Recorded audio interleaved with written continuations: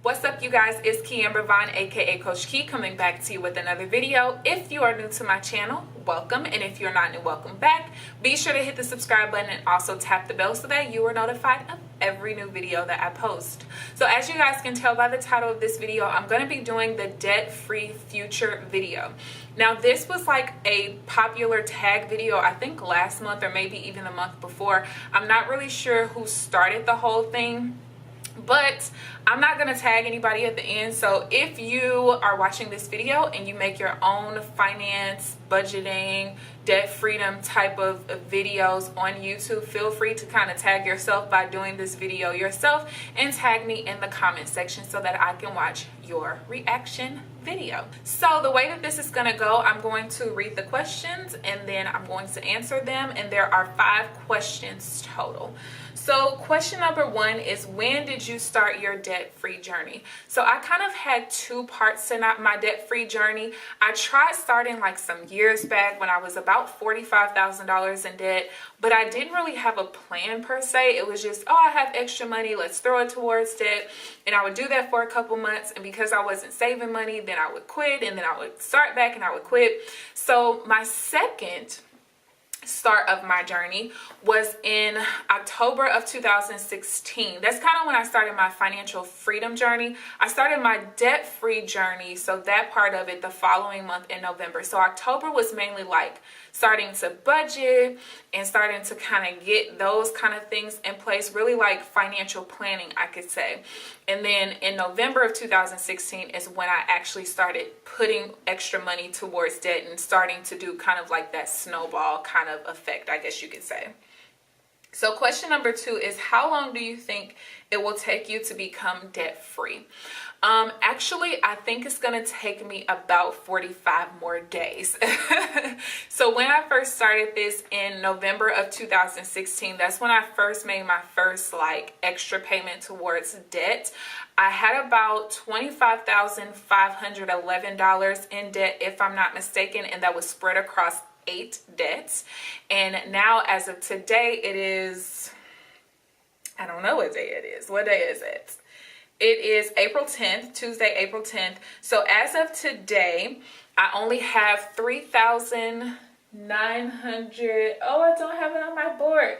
$3,695.52 is the debt that I have left, and that is on my car.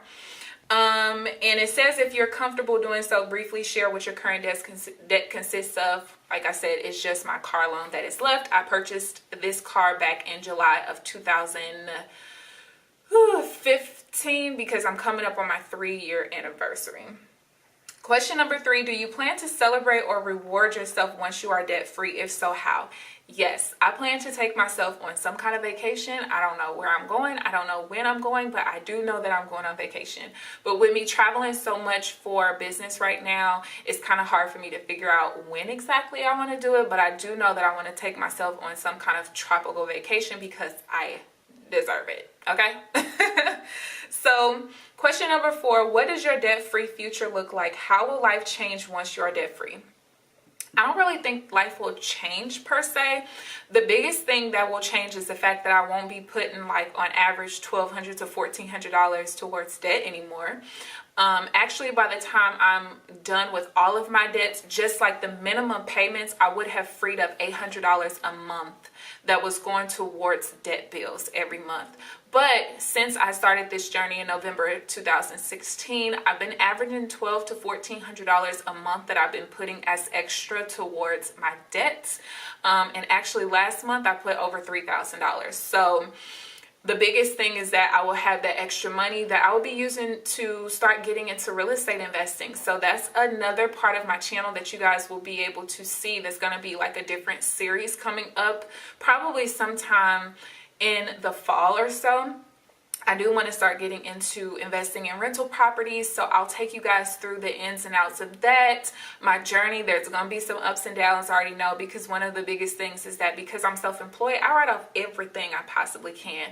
But to mortgage lenders, they don't really care what your gross income is, they care what your net income is. So I can make $100,000, and because I write everything off that I legally can write off, it looks like I only earned $5,000 or $6,000. And so they say, oh, well, you didn't earn enough money, when really I did. So I know that was an issue for me about 2 or 3 years ago, was that I wrote so much off that I looked like I barely had an income. But it's like, man, if the government allows me to, don't look, I have an 800 credit score.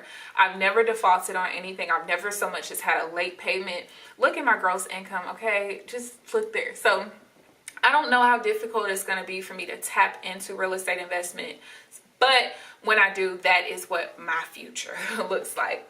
And then the last question is, what lessons will you pass along to your children or future children regarding money and debt? So I don't have any children yet. I'm 27. I'll be 28 in June.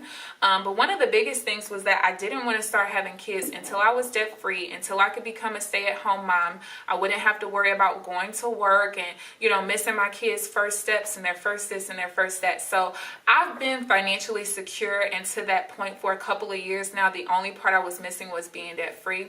But I'm going to teach my children, you know, how to start investing early, how to save money early. I'm going to teach them budgeting early, you know, understanding and knowing where every dollar is going, you know, even if they're not on something strict, as long as they have the financial principles set in place. I'm going to instill in them the importance of a mini emergency fund, the importance of a true emergency fund, because for those of you guys who don't know, I do a $3,000 mini emergency fund and a true emergency fund of pretty much 6 months worth of your expenses, but I don't do it in like a baby step form because I don't follow Dave Ramsey's baby steps, okay? But I do want to instill in them how important it is to have those, how important it is to have investment funds and have different types of investments. You don't want all of your eggs in one basket. And I'm going to really teach them how important it is to figure out what your passion is and how to turn that into a sustainable income so that you can mainly have time freedom. A lot of people talk about financial freedom, but the freedom that is most important to me is my time, because time is something I can't get back. I can always get money back. I can't get my time back, but I will instill those financial principles in them so that they don't make some of the mistakes that I made. All right, guys, my apologies. My camera just died on me. I tried to finish before the thing died. So my apologies. I'm having to finish this on my phone because my Canon T3i, it's really hard for me to make sure that it is in focus. It's a really weird camera sometimes. But anyway, yeah, so those are the things that I really want to instill in my children, and really instill in them how to you know, turn their passions into money, into a sustainable income so that they can have the same time freedom that I am able to have. And although I will not force my children to go to college, I will encourage it if it makes financial sense.